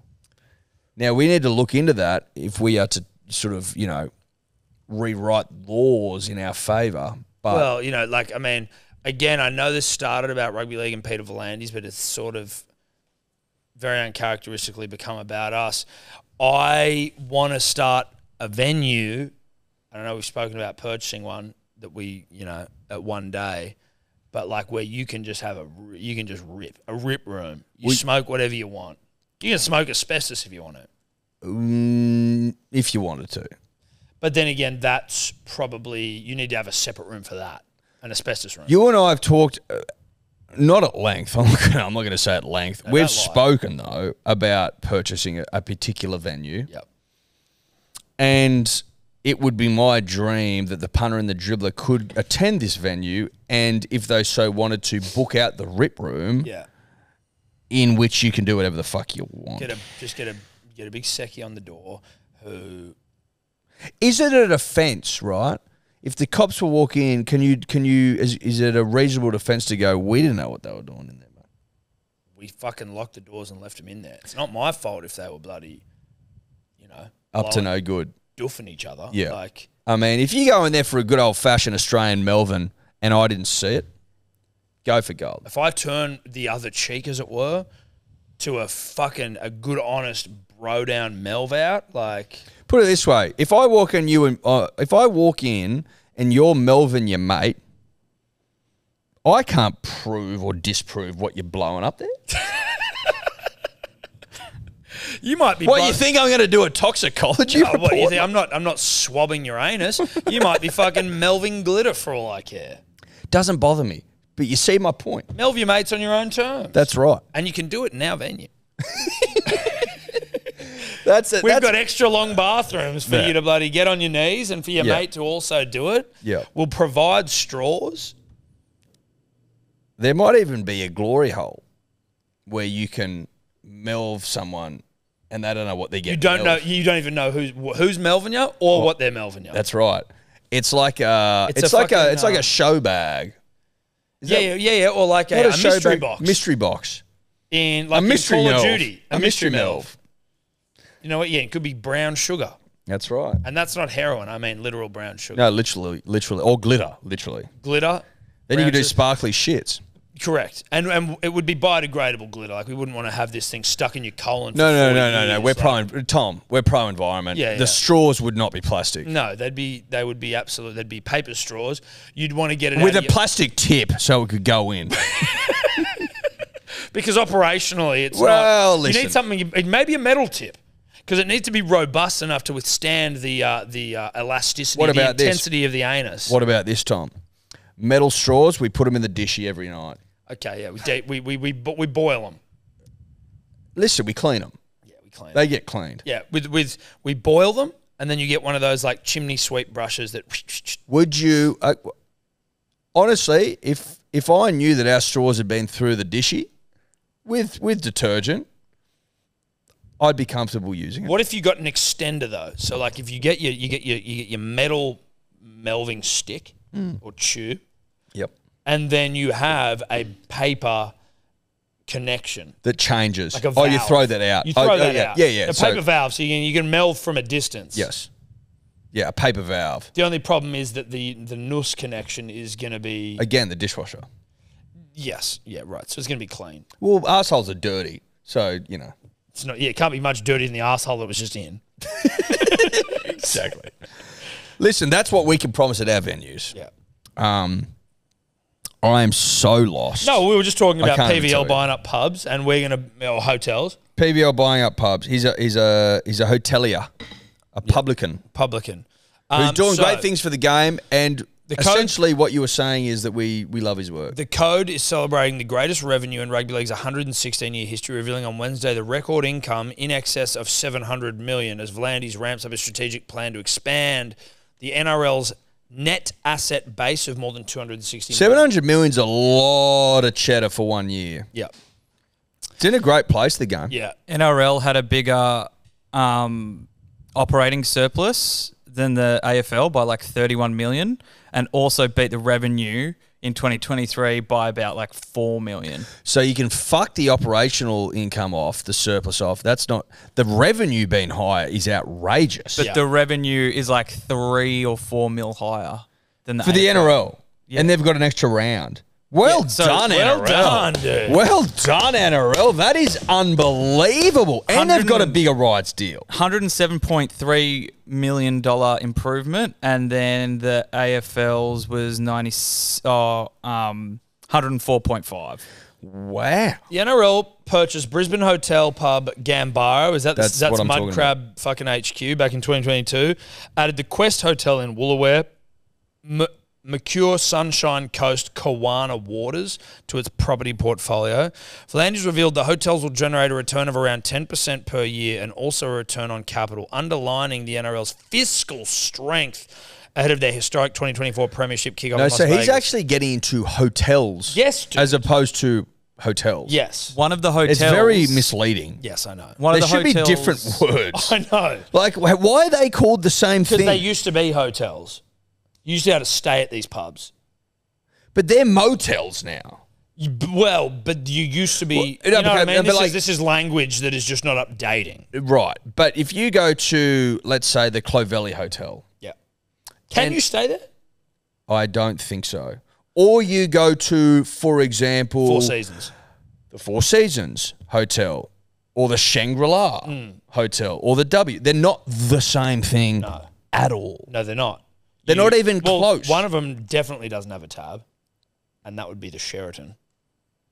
I don't think the Shangri-La's got one either. But but the Clovelly Hotel does. I don't know if it does. No, it has a tab. Clovelly does? Yeah. Okay, good. Oh, no, it does, yes. I You're right. it does. I've actually punted there many times. So have I. Can you stay upstairs there? I don't know. That's Which what pub? I meant. The Clovelly, the Chloe. Shout out to the Chloe. It's a good fucking spot. Yeah, great It's spot. a great spot. So one of the hotels that the NRL bought was the Quest Hotel next to Shark Park. Yeah, right. So it's like adjacent looking over the field. Oh, they bought that. Dude, how much do you Last think was year. wagered on the Super Bowl last week or whenever it was? Globally? Yeah. Or US? Globally. Because I'm pretty sure it's globally here. What do you think globally? 10 billion. North. Fuck. 50? No. Calm down. 12. Up. 20. Up. 30. 23. Wow. That's a lot of money. 23 billion was wagered on last week's Super Bowl between Kansas and fucking San Fran. That's a lot of dough, Ray, mate. A lot of dough, Ray, mate. You can stay at the Clovelly Hotel. They've got air-conditioned rooms. PVL, I'd love to have $23 billion in 10 years. I bet you would. Interesting. Well, hold on a second here. We're going to try and do an exclusive deal with one of the big wagering companies operating in America where we get a revenue share of betting in NRL. He's just a fucking... Why do you think we're going? Why do you think we're going to Vegas? I know that, dude, but he's just an animal. People think, and this is my opinion. I've not spoken to my close personal friend Peter V'landys about this, so this isn't from the horse's mouth. This is from Edward Lloyd Simpson, 29th of the 1st, 1991, born Dover-based hospital, don't know what time. That's just coming from you. Son of Chilton George Simpson and Louise Simpson. No, she doesn't have a middle name. My opinion is that Peter V'landys, evidenced by those revenue numbers, a fucking operator. He doesn't think that he's going to go over and go, oh, here's rugby league. Like, watch it. Yanks love Yank shit, right? And their sport, their combat sport, their impact sport of choice is the NFL. Put it this way. The NFL is so popular that they replaced God on Sunday. That's insane, right? A very religious people. God's been replaced on Sundays by football. He's not going over there to go, oh, when the NFL's not on, why don't you watch rugby league? No. He's going, gamblers are gamblers, right? Generally speaking. And maybe if they want a bit of a flutter out of the NFL season, what about this, baby? We've all had What about this We've sport? all had a look at the Caliente dogs every once in a while. You know what I mean? Literally, like when we're not punting on rugby league football, we're a little bit lost at sea, baby. We're looking abroad.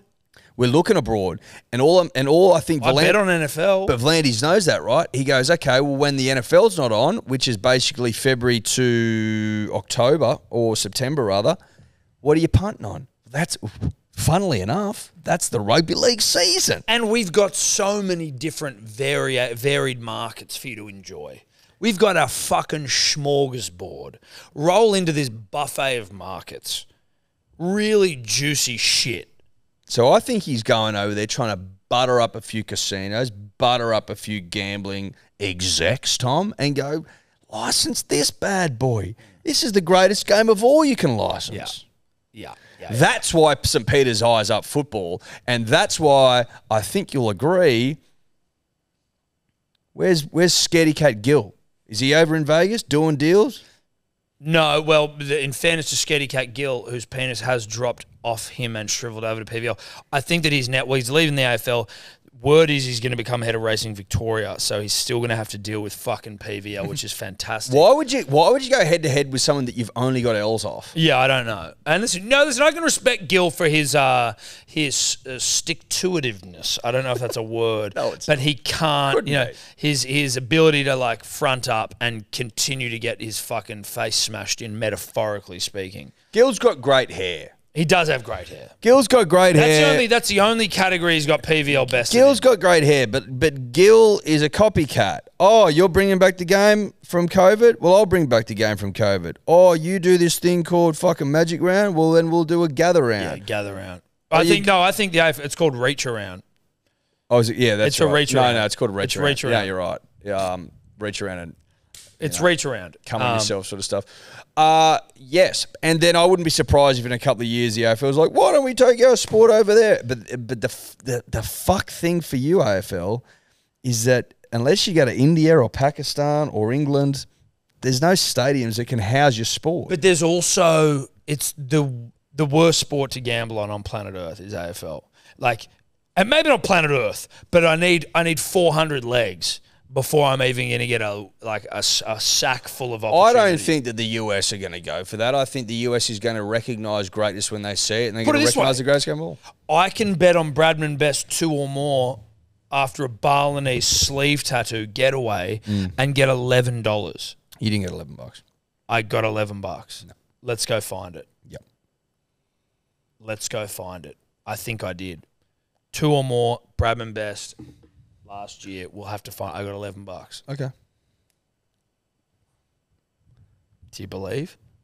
Well, if he's 11, he's paying what's 3 threes, 9. So he's paying like 9. He's paying 380 to score a try. He was not scoring tries, buddy. That was the point. That was the glory of the bet. I think he was paying $8. $3 was not crazy for Bradman Best in 2023. I think it was.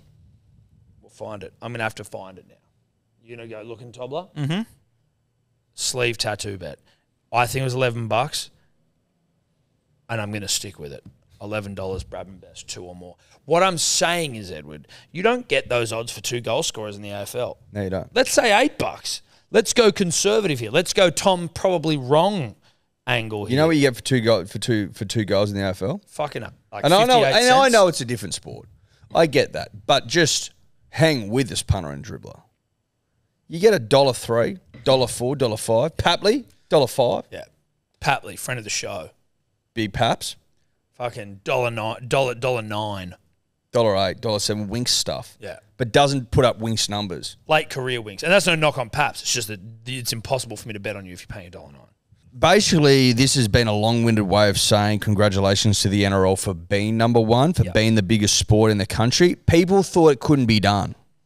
Not only has the NRL, and I'm not saying I'm a fan of what's happened. I'm merely pointing out reality. So don't shit down my throat, Masood style. I'm merely pointing out facts. John Ingate, king of the dribblers. Whilst rugby league has been earning number one status, it's at the same time had to kill a sport. Right? So it's been busy killing a sport in rugby union. It's like a vine. It's like taking light off another sport in the sporting canopy that is Australian, the canopy that is Australian sport. Now I'm sitting here regurgitating whispers that we heard on the wind. These aren't verified. I don't even think they've been mentioned in the paper necessarily, but they may or may not be true. That not only are the Rebels in huge financial trouble. This has been mentioned. I'm pretty sure this is like in the news. Waratahs in big fucking curry. Huge curry. $50 million debt, they were saying, the Waratahs, wasn't it? Brumbies in... Well, I just wasn't sure where we heard all this, so that's why I was preempting I thought I read it. Could be wrong. Allegedly. Brumbies, big fucking trouble. Waratahs, big fucking trouble. Rebels, obviously, big fucking trouble. Because, see, like, the Rebels make sense. I mean, it all sadly makes sense, but the Rebels make sense. Made more sense. I don't know if this, and so there's a rugby union podcast of that sort of, it's new. I don't mind it. I don't listen to it all the time, but certainly when the World Cup was on, it's now called Kickoffs and Kick-Ons. Drew Mitchell, Adam Ashley It's Cooper, good. Matt Giddo. It's good. Yeah, and the Professor. Yep. In terms of rugby union content, it's good. Yep. I don't know because I haven't gone looking for it. I like a lot of the time the way I consume fucking any podcast really is I'll be pushed to it by social clips, and I haven't seen necessarily whether they've addressed it or not. But like, I would be interested to hear rugby union people talking about like the financial state of the game. I haven't seen that anywhere. I haven't seen anyone talk about how fucked the Rebels are. And again, check out Kickoffs and Kick-Ons. Good show. This isn't a shitting on them. I just am like, I haven't heard anyone properly like coming out and being like, hey, this is what's going on. Well, because we're sure as shit not going to look into it. Well, we've already tried to solve the issue through a Freddo Frog drive. Exactly. And we've done our bit. We've done our bit. We're asking for someone else to do theirs. Someone who is inside the game and knows what the fuck's going on. Explain to me, like, is the season going ahead? Will the Rebels play? Will the Waratahs play? How fucked are they? They sound like they're in more financial strife than the fucking Rebels. The Brumbies. What's the future of the game? At least the What's Waratahs are in plan a B? rugby union city. It's big. The Brumbies are in fucking Canberra. Like, you've got the Raiders who aren't exactly killing it, but like It's competition. it's two teams. It's a two-team town, and it's not a big town. And rugby's fucked. What's going on? Where are we at? You could argue there's not enough food to go around in the nation's capital. You could argue that. Enough feed at the trough. There's not enough feed at the trough to go around in the nation's capital to support two teams. You could argue that. What we're trying to get to the bottom of, and I'd love the assistance of the punter and the dribbler. That felt good. Yeah, sounded nice. If you know more than we do, which is close to fuck all, about what's happening with the Waratahs, the Brumbies, et al., what's happening with Super Rugby generally, where are we at, is the World Cup going ahead? If you can help fill in the blanks for us, is this overblown completely? Unlikely.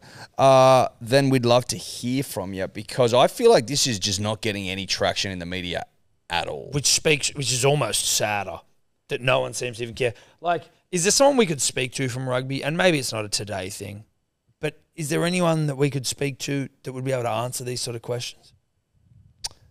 John Ogilvy, maybe. No, I need someone who's like What about World Cup hero? Sam Carter. He lives in fucking England. I don't know that he's paying that much attention. And I love him. Shout out to Sam. What about Nick Phipps?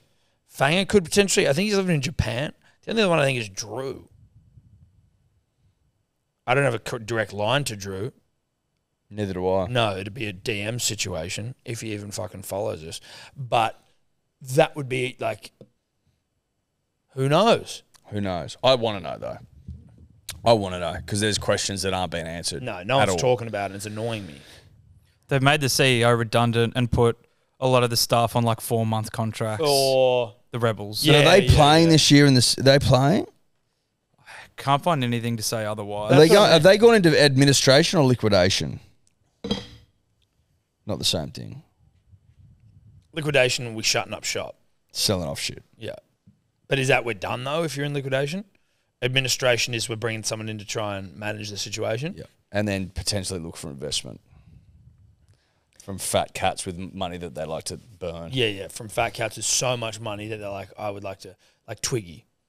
Like a Twiggy. Who they decided to get offside. Yeah, who they decided to alienate. The only billionaire who gives a fuck south of the fucking southern hemisphere that gives a fuck about, or the equator rather, that yeah. gives a flying fuck about rugby union. Because south of the southern hemisphere might become the northern hemisphere. Well, south of the equator, I corrected myself, Tom. I know what you're saying. The only billionaire south of the equator that gives a flying fuck about rugby union, they were like, you know what? Let's get that bloke offside. Yeah, fuck off and do your own thing, mate. Go start your own weird sevens tournament or whatever it was. The bloke that could literally pay for the salaries of every team For like in the Super Rugby for the next 1,000 years. Let's piss that guy off. Yeah. Here we go. Here's our life source. Why don't we go and spit in his fucking tea? So they've been placed in administration, and Rugby Australia has pledged to meet costs to allow the club to compete in the competition this year. Yeah. But tickets for the first game still aren't even on sale yet. All jokes aside, You'd hate to be Phil Wall, wouldn't you? I feel sorry for the players. Yeah. That'd be a fucking scat position to be in. But I mean, I just can't. Let's get back to pure, unadulterated tribalism. That's my suggestion. What do you mean? Tars, Reds, Brums. No, you know what unadulterated tribalism looks like to me, mate? Rats versus Manly. Oh yeah, that's tribalism. Yeah, that is tribalism. East versus fucking Randwick. Yeah, that's tribalism. North's Gordon. That's tribalism. Like, let's cut the bullshit, strip the fat, strip the bullshit, and get back to what's pure and what's right. Sydney Uni, just buying every single good player. Sydney Uni, everyone. Yeah, that's Sydney Uni, tribalism. The students. Parramatta. Fuck those. What I mean, Parramatta, Two Rivers versus bloody West Harbour. West Harbour, or either was it the Penrith Emus? Yes, I think so. The Emus. You had Parramatta, Two Blues, West Harbour, Pirates. I obviously used to play in the competition, punters and dribblers. West Harbour Pirates. Yeah, fucking terrifying team. And look, and those Western Suburbs teams were Islanders. But there exists already a core group of fans based on tribalism that you can tap into. And then in Queensland, and then build. They've got like their GPS rugby up there. Shout out to Klutzy of Put 'em Up fame, punching on. Well, I assume that Queensland has the equivalent. That's called GPS rugby. Jeeps in your cheeks. But isn't that the team he supports or plays for? I thought it was the competition. I don't know. Pretty sure that's his club. It's a team. Bang. Based in Ashgrove. What do they call? What's the tournament called? Premier Rugby? In the Queensland Premier Rugby competition. Premier Rugby. Shoot Shield, Premier Rugby. Much of a muchness. All we're saying is all's not lost should Super Rugby fall over. No. All's not lost. Before I go for a wee Yep. on Klutzy, shout out to him and Das. Yep. Who they heard Friends us. of the show. Friends of the show. Let that be stated first. I think it's important to acknowledge that. They came back at us. And I mean, came back that would be their term because they were upset that we went through the fight card for the podcast Royale. Yep. On the 7 Hour podcast. We went through that fight card. Basically gave our picks, as is our responsibility given the nature of our role as analysts generally, right, of some note. And as our right as Australians. I think that they took umbrage with the fact that we, along with I think maybe anyone else betting on this or just taking a pick, didn't necessarily select them to win. Listen, put it this way. If you picked Darcy over the Red Nut... Respectfully, Jace. Then you were blind. Based on the photographs that we were looking at. Yeah. And we love Darcy. Friend of the show. This is nothing. It's got nothing to do with Darcy, who we love. But he's a friend and a dear friend at that. But Jace Legacy... Jace Legacy. Well, let's call him Jace Legacy. Jace Legacy. Is a ranger... with his shirt off, forearmed out the fucking arse. cut to shit, huge. Who looks like he's in the business of soul taking. Yeah. Whereas Darcy, no offense, looks like, as Jarch's words, not mine, looks like he's scared of the camera. Yeah. So we were merely musing about the fact that who would win based on these photographs. Yeah. We were also, and as it pertains to Klutz, by name and nature, I don't even know whether we were saying we didn't think he could win. He's coming up against the great and powerful Tommy Dahl of Alpha Blokes fame. We never passed judgment on it. I think what we said about Klutz was that we couldn't tell whether he had the mongrel in him because he's such a jovial individual, jolly even. Yes, I'm off the photographs. A much closer fight to call. Tommy's lost a fuckload of weight, which worries me. Klutz by name and nature hasn't, and I don't know whether that now. Obviously, cardio-wise, that's going to be a problem for Klutz, but maybe it means he's got a bit of power behind those punches. Does that result in a knockout vision? I don't know. I don't know what he's like. I don't know if he's got that dog in him. He certainly can scream on a podcast when he's upset. But has he got that dog? Does he have the dog in him? He also, Eddie, because Tommy's got that dog. I can tell. Tommy had dreads, worked in the mines. You can just tell when you meet Tommy, he's got that dog. He fishes, you know what I mean? He catches fish. Well, and shout out to Alpha Lures. Shout out to Alpha Lures. I just don't know with Klutz. Honestly, jury's out with Klutz a little bit because we don't know. I'd lay down a significant amount of money that he will not win. That is, and I love it. No, but this isn't about Darcy. It's about who you're versing, mate. Yeah. You're versing Jace Legacy, who looks like he's killed people before. He does. He looks like he's done time. Plenty of it too. Yeah. I mean, his age would indicate that he hasn't, but he looks like a lifer. Yeah, he just looks like someone who it's like if he was to try and fight me, I wouldn't be interested. And to that point, he looks like the bloke that if you got stuck with him in a cell in prison, you're better off sewing up your asshole. Correct. That's because Jace, if he chose to, could have his way with you. Yeah, you need to learn and learn fast how to needle and thread. Correct. But also, Klutz made the point. You fucking pussies aren't fighting. I believe were sort of the terms maybe he used, which I can understand in a moment of emotion for him where he's feeling attacked, even though I don't think we attacked him. I can understand that. As we said on the 7-hour podcast, maybe still in the charts, some people are emperors and kings and others are gladiators. Yep. I respect gladiators. I'm not a gladiator. No. But what I will do is sit in the stands, Commodus style, and I will pass judgment on the performance of gladiators. Correct. Some cut out for it, some that last generations, some that are dead before the first Tigers pulled out. That's exactly right. That's exactly right. Some earn their freedom. Yeah. Some earn their freedom, such as their adoration from the crowds, from the people, right? That's true. Most die horrible, painful, early deaths. Yeah. Watching as their organs fall out of their torso. And Tom and Eddie sit in the crowd and go... Passing judgment on you. Passing judgment. Thumb down. Kill him. Put it this way, Klutz. We were born, Tom and I, to eat grapes. Hand-fed. Yeah. And others were born to get their lights punched out.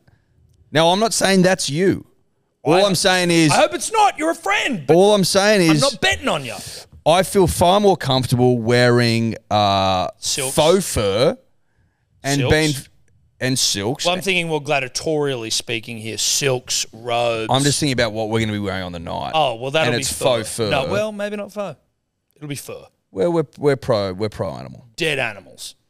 We're going to be draped. We're either going to be in roadkill fur or faux fur, and we will be hand-fed grapes, and we'll be passing judgment. That's what we were born to do. We're not fighters, and to that end, we respect every single one of you out there. But we don't pretend to be fighters. No, that's what I meant. In fact, I'm sitting here telling you I'm not a fighter. I'm someone that has grapes fed to them. That's all we do. We eat grapes. The Werthers of the natural world. They're high in sugar. We're grape eaters. I was born to eat grapes fed to me by attractive people. That's my job. Your job is to get knocked the fuck out. Hopefully not. That's how we see it going. Based on what? Based on those photos. Now, we could be wrong. We've been wrong before, but rarely. Very rarely. But we obviously respect the chutzpah, the fucking stones required to get in the ring. That's why the event's going to be great, and that's why we love and respect you. But we also hold our rights to call it as we see it. Darcy a friend, probably a round oneer. Klut's a good friend. Harder to pick. Harder to pick. It might be a round 3, both spewing from tiredness. Listen, I can see this going the distance, maybe a points based. That's what decision. I mean. Klutz looks like a hard man to take down. Yeah, he does. So, honestly, and fucking hand on my heart, don't have a dog in the fight, and I don't have a strong opinion, but if I had a gun in my head, I'm going to go Tommy. And that's because he's lost weight. He's got that dog in him. I've seen it. And it's his event. It's his event. It's his event, so he sort of needs to prove himself. I also think as well. I tell you who is a chance of getting knocked out, though, just to show you that I'm being straight up and down honest with everything. Yeah. My boy Jack Archdale is a fucking chance of getting knocked the fuck out. The last thing we want to see is our fucking friend of 25, 30 years. That's right, I met him when I was 2. Getting sparked in front of 3,000 proud, rip-roaring Australians. But there's every chance at it. But Groper's 6'5". Groper's 6'5", dude. And he gropes, dude. Why do you reckon he got the name Groper? Because he gropes. Kid can grope. Grope with the best of them. Yeah. And I just think that sometimes our boy Jack Edward Archdale just has, he sticks his chin out a bit. He sticks his chin out a bit. He almost begging to get hit. Yeah, he sticks his chin out a bit. Hold on, what's it? What fucking chin? Can't stick something out you don't have, kid. Hence why you both struggle to stick out your cocks. And your nuts, you nutless cunts. Groper's a fucking dead man. Can't hit something that's not there, Gropey. Fuck you guys. Okay, wow. That's strong. Well, strong. Listen. Jarch might be in the studio. I can't tell. Maybe, I didn't know he was there. I didn't see him on the couch. I had no idea he was there. He snuck I was being honest. He snuck in while we were evaluating the Bloody Brilliant Beer's chances of victory. But I want Jarch to win too. Oh, we want Jarch to win. We'll be walking him out. We're in his corner. We want the best for him. All we're saying is your nickname's Groper. If that's your nickname, 6'5", and you're 6'5", how do you reckon he got that name? Yeah, Gropin. How does that relate to boxing? I don't know. I've never fucking boxed before. I assume I might get knocked out via grope. Put it this way: if you wake up and a bloke's standing over you, middle of the night, you're obviously shit scared anyway. If he says my name's Burmo, are you less scared than if he says his name's Groper? You'd have to think so, right? You'd have to think so. You'd have to think so. Full respect, as we said at the top, Tom and I are put on this earth to eat grapes. Yeah, we're grape eaters. Probably time for a couple of dribbles, I'd say, Eduardo. Just let me quickly check if there was nothing like inappropriately forgotten by us. Shout out to Luciano Leilua, who got the bag at the Drags. Yeah, the bag at the Drags, 900K. That's desperation stakes from them. That's not something to impugn Luciano. No, but honestly, Luciano is a $900,000 player at a DMC, 100%. Yeah, that's it. Every other week. Fair. I reckon credit to him. And shout out to our New Zealand brothers and sisters for opting for Stacey Jones, who has no who has no recognised coaching record, opting for him instead of Wayne Bennett to coach the national side. I did find that shocking. It's interesting, but I can see potentially where they're coming from. If they like, you know what, we want a Kiwi at the helm. No, I get it. I can get that. I get it. Well, we're Kiwis, so I get it. Maybe also that Wayne's still with the fish this year, and they're like, we just want to get someone in there and going. Wayne also old as fucking Methuselah. Yeah, he is as old as Methuselah. He's coached England before, and they were complete and utter dog shit. So it doesn't exactly equal greatness. It doesn't equal greatness. You got to have the cattle. Moo. On that note, should we do some dribbles before we get out of here? Before we get out of here. G'day, boys. How we going? Good, mate. I'm just listening to the Sin City podcast, and I just want to let you know, give you a bit of a warning. All this chat about, Manly humping the bunnies in the fucking trials and like, how good Manly looked against the Roosters. Boys, it's given off real Tigers vibes, how excited you're getting about the trials matches. And I just wanted to warn you because, Manly came, fucking 10th, maybe 11th last year. Like, real Tigers energy. And, you know, I just hate to see you boys slip into that, being deprived of glory from Manly for so long and just getting excited about shit that really doesn't matter. Anyway, cheers, boys. See you soon. Okay, can I ask you a question, Tom? Yeah, man. I just want to ask you a question. Yeah, you asked me a question. Have you or the club ever performed standing ovations during trial matches? No. Like off the jump, no, we haven't. We haven't done that. I only know that the Tigers populace have, and it was fucking pathetic. Which makes his whole dribble completely null and void. Yeah, it does. And obviously, this guy, he seems like an emotional kid. Like, he seems like he's reacting. He's emotional. He sees that Manly. He sees that he's confused. He's a confused individual, and I don't mean sexually. What I mean is he sees us say that we humped the fuck out of a New South Wales Cup Rabbitohs side, and what we said was that's what should have happened. So that's not standing O territory. That's us saying, well, we did what we should do. That's a good sign. There were Tigers fans in tears after being up like 24-16 or something in a trials match. Cody over there was in tears because they beat the Warriors, right? We then lose to the Roosters with our New South Wales Cup side.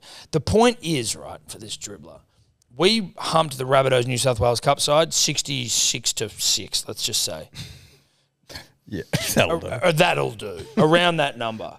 We should have done that. That makes sense. The Roosters played a full-strength side against Manly's New South Wales Cup side and beat us by a pubic hair, maybe 2 pubes. More than 3. No more than 3 pubes. That shouldn't have happened for the Roosters. So that is a win in the pre-season context. We aren't celebrating, we're observing. We're observers. We're observing, we're digesting, we're considering, and we're reporting, as opposed to an emotional pull your penis out at a trial game, pull yourself off mid-standing O, go home, tell your mum, your daddy, your brother and your sister that the Tigers are going to win the comp and you're going to win back-to-back spoons. That's the Tigers experience. The Manly experience is we win rings only. That's it. Okay? Let's go. On we go. Horrific dribble. That was dumb. D's and D's, Tom Eddy, Cuckman dribbler back. Just a quick one. Just listening to the latest pod. One sec, which one is it? I can't even remember. There's too many of them. Anyway, it's raining and you're just apologising for the rain in the background. But I'm just going to say, I actually quite like it.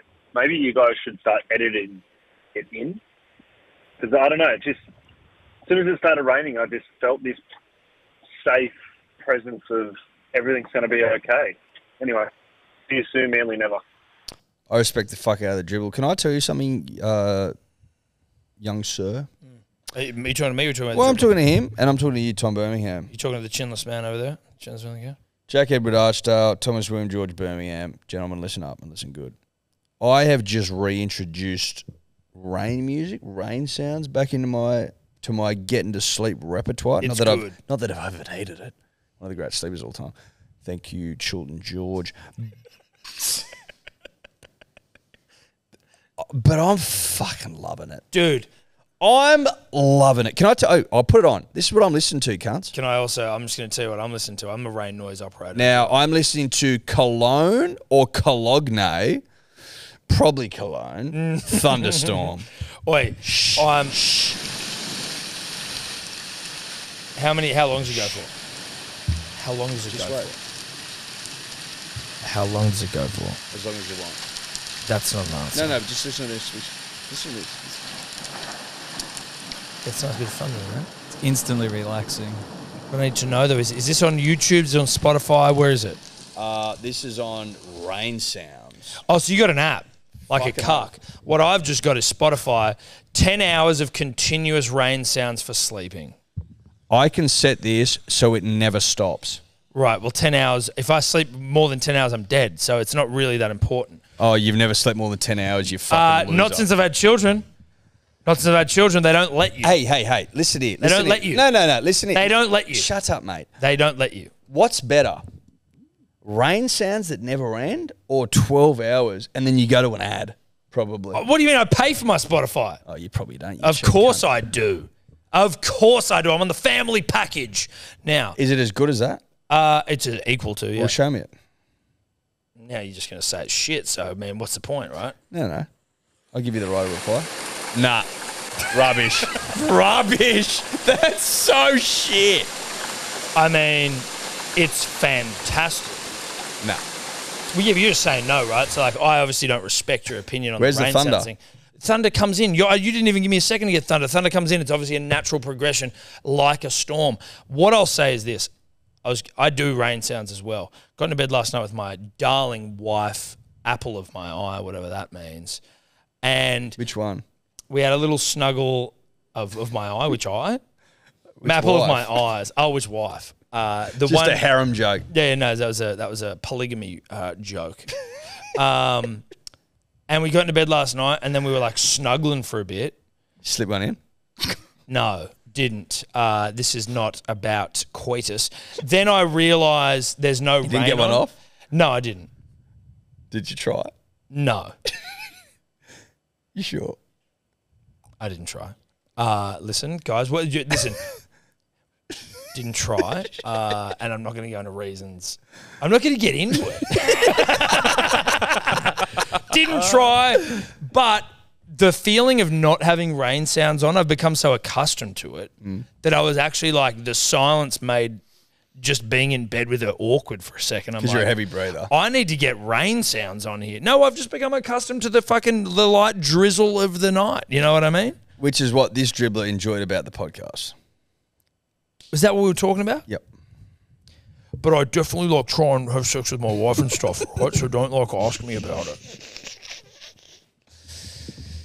Oh, God. Get paid for this. G'day, boys. Speaking of Flano getting cock-blocked by the team at Cogra, I actually used to work the gates at Newtown Jets for a while. And this is back when Kyle was running around for the Blue Bags. And hell of a play, Kyle. Up to the gates rocks one of those brand new Mercedes Utes. Fucking blacked out windows. Thing comes down. Which I believe just a Navara. And I'm like, I recognise his face, but give me this dark. I've heard that too. Have you seen like a Nissan Navara? You look at it, they're identical. The Mercedes Ute and the Navara, the exact same. They just whack a badge on it. Jar should pretend like he knows. He wouldn't have a clue. I've been told that. That's what I've been told as well. But once I was told it, I've observed it with my own eyes and been like, that's a Navara chassis with a Mercedes fucking badge on it and probably 4 times the price. Please continue. You disagree? That's not an answer. It wouldn't be. Apparently, it would be. Apparently, that's how they introduce the fucking... So Mercedes has never had a Ute in the Australian markets, and the way they introduce it to see if there's like any interest is they buy a chassis. No, but as in they haven't. As in the way have you seen a Mercedes Ute? Yeah, no, as in they have them, Jarch. They have them. But the way they introduce them is by just going, let's put our skin over another Ute and see if anyone gives a fuck. And then if they give a fuck, then maybe they try and... That could be complete bullshit, is what we heard. Don't shit No, on they shared the same chassis, the same suspension, same Can you engine. talk over there, buddy? Start again, because that was that made me feel sick. Shame chassis.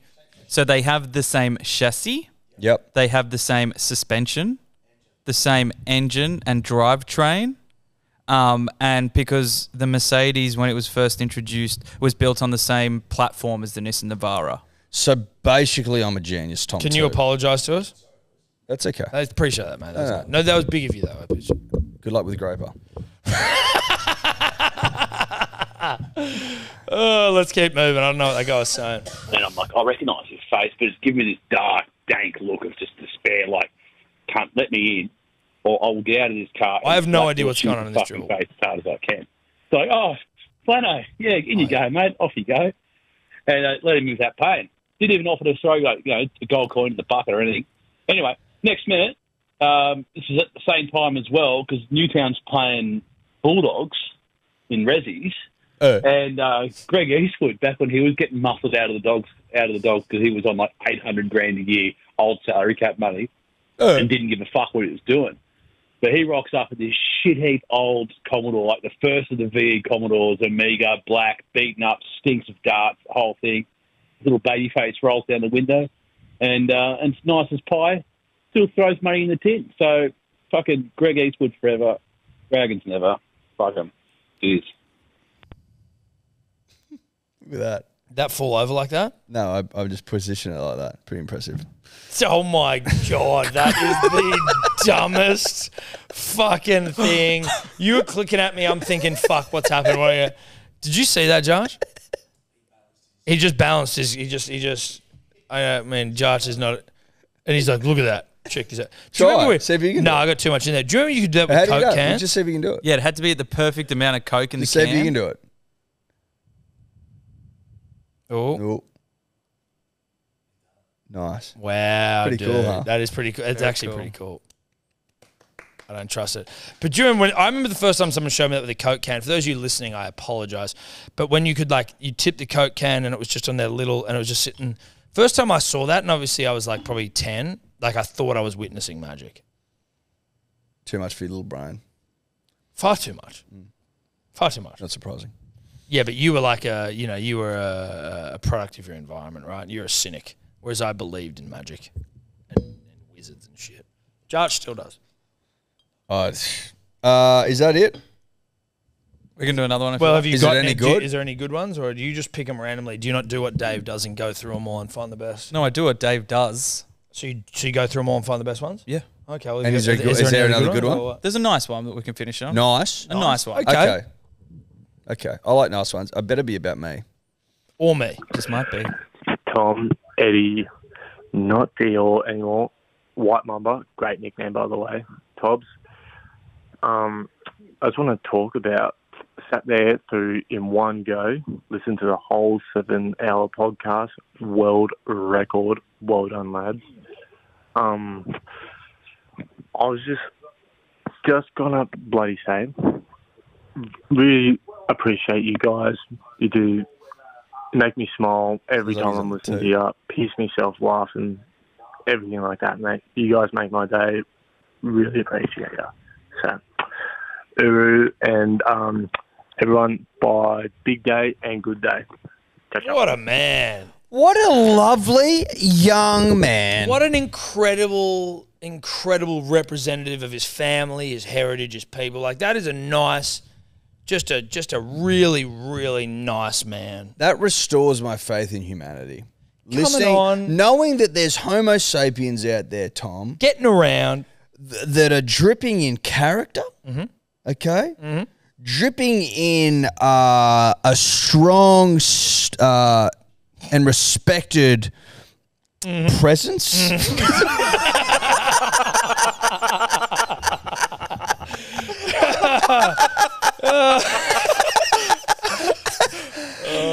Yep. Fucking oath, mate. Fucking oath. A strong and respected presence. Well done, that man. Beautiful words. What a man. Beautiful What a words. man. Shout out to Good Day. Shout out to Big Day. Shout out to fucking that guy. Shout out to that guy. Shout out to that guy. That was really nice. I can't get enough of that bloke. Nah. What a fucking bloke you are. What You're a a credit great guy. to your mum, to your dad, to your granddaddies, Yeah. and to your grandmummies. Yep, correct. And to your great granddaddies and your great grandmummies. And Your great granddaddies and your great grandmummies. Trivia question. Try quickly. Off the top of your head, how many great grandmummies and daddies you got? 16. Is it 16? 2. You answered it. 2 grandparents, 4 great grandparents, 8. Hold on. What was the question? What's the question? No, 2. 4, no, 16. What's the question? How many great grandparents have you got? Answer 16. Is that a little maths question for us all? Right, okay. I wonder if they'd be proud of us. Our great grandparents? Probably not. I don't know who the fuck they are. No, I know that. I understand that much. But I respect you. No, thank you. Thank you, guys. Mwah. Do you reckon any of them were huge dribblers? Do you reckon any of them sat around and fucking It has held to be court and passed shit? down because your dad's a fucking dribbler and my dad's Yeah, a dribbler. yeah. It has to be passed down. It has to be. But do you reckon that our great grandparents, right, I know my used dad's to go dad was down a to the dribbler. pub and punch darts and just fucking spin yarns? I know my granddad was a dribbler. We're talking great here. Yeah, but it's passed down. Although my granddad, on my dad's side, actually didn't know his dad. So, potentially, the dribbler could have come from a different genealogy. Has anyone got the last name Dribbler? Johnny Dribbler.